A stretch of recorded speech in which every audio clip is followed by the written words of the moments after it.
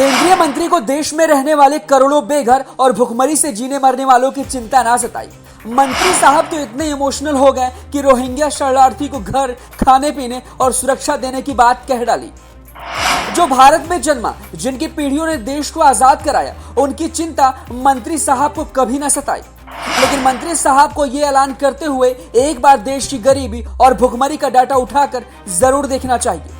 Rohingya मुसलमानों पर tweet कर बुरे फंसे मंत्री साहब, तो देश के लोगों ने अकल ठिकाने लगा दी कुछ ही पल में। केंद्र सरकार के दो मंत्रालयों के बीच तालमेल की ऐसी कमी देखने को मिली कि गृह मंत्रालय को आकर सफाई देनी पड़ी।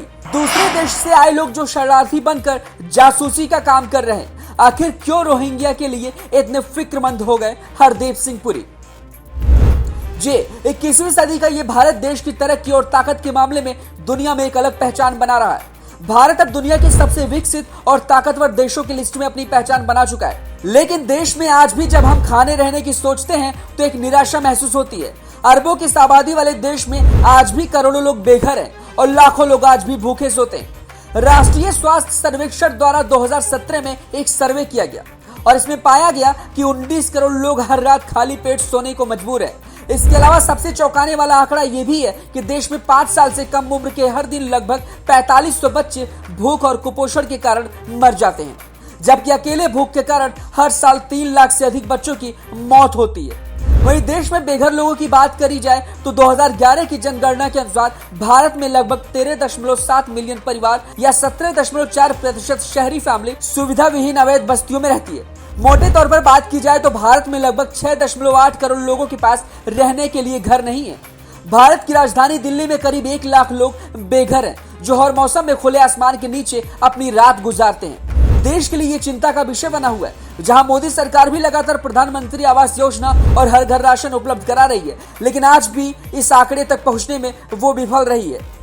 वहीं आंकड़ों को देखे बिना मोदी सरकार के एक मंत्री ने ऐसा ट्वीट किया कि हंगामा खड़ा हो गया। पूरा देश कहने लगा कि मंत्री साहब क्या देश में जन्मे और बेघर भुखमरी की जिंदगी जी रहे लोग आपको दिखाई नहीं देते, जो आपको दूसरे देश से भागकर अपने देश में शरण लेने वाले लोगों की चिंता सताने लगी है। तो चलिए इस खबर पर आगे बढ़ने से पहले हम आपको मंत्री साहब के उस ट्वीट के बारे में बताते हैं जिससे पूरा बवाल खड़ा हो गया। दरअसल केंद्र सरकार के मंत्री हरदीप सिंह पुरी ने बुधवार की सुबह 7:32 पर एक ट्वीट किया। इस ट्वीट में पुरी ने लिखा कि भारत ने देश में शरण मांगने वालों का हमेशा स्वागत किया है। एक ऐतिहासिक फैसले के तहत सभी रोहिंग्या शरणार्थियों को दिल्ली के बकरवाला इलाके में EWS फ्लैट्स में शिफ्ट किया जाएगा। उन्हें बुनियादी सुविधाएं, UNHCR के पहचान पत्र और 24 घंटे पुलिस सुरक्षा मुहैया कराई जाएगी।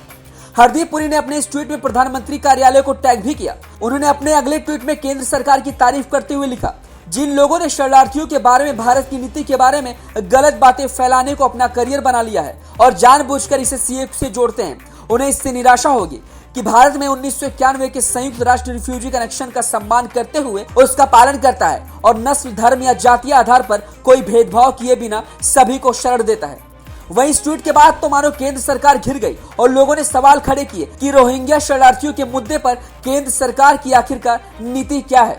रोहिंग्या शरणार्थियों के मुद्दे पर अपनी सरकार की पीठ ठोकने वाले अंदाज में जो बयान जारी किया है, उस पर गृह मंत्रालय को कुछ ही घंटे बाद उसका खंडन जारी करना पड़ा।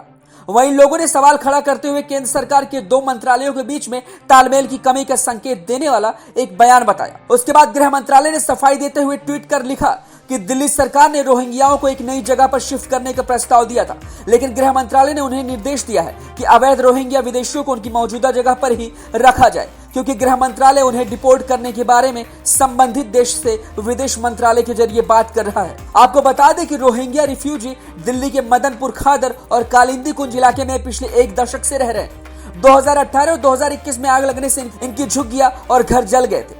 उसके बाद दिल्ली राज्य सरकार की तरफ से मुहैया कराए गए तंबुओं में ये पिछले कई सालों से रह रहे। वहीं गृह मंत्रालय का कहना है कि उसने दिल्ली राज्य सरकार को निर्देश दिया है कि वो रोहिंग्या शरणार्थियों की रिहाइश वाली मौजूदा जगह को डिटेंशन सेंटर घोषित करे। इस सिलसिले में एक ताजा ट्वीट भी सामने आया है, जिसमें केंद्रीय गृह मंत्रालय ने कहा है कि अवैध रोहिंग्या विदेशियों को उनके देश वापस भेजे जाने तक कानून के मुताबिक डिटेंशन सेंटर में रखा जाना है। दिल्ली सरकार ने अब तक मौजूदा लोकेशन को डिटेंशन सेंटर भी घोषित नहीं किया है। उन्हें फौरन ऐसा करने का हमने निर्देश जारी कर दिया है। वहीं दिल्ली में हुए तमाम दंगों और विवादों में भी रोहिंग्या मुसलमानों के नाम हर बार सामने आते रहे और भारत देश के खिलाफ जासूसी और षड्यंत्र रचने की भी खबरें आई हैं। वहीं ऐसी भी खबरें आई हैं कि म्यांमार के रास्ते रोहिंग्या मुसलमान भारत आते हैं। इससे पूरे देश के सीमावर्ती क्षेत्रों की जनसंख्या बदल गई है। साथ ही भारतीयों का रोजगार भी छिन रहा है और जाली मुद्रा का ये काम करते हैं। इस खबर पर आपकी क्या राय है, हमें कमेंट बॉक्स में जरूर बताएं। वीडियो को ज्यादा से ज्यादा लाइक और शेयर करें और बताएं कि आखिरकार ये जो ट्वीट किया गया है, ये ट्वीट कितना सही या कितना गलत है।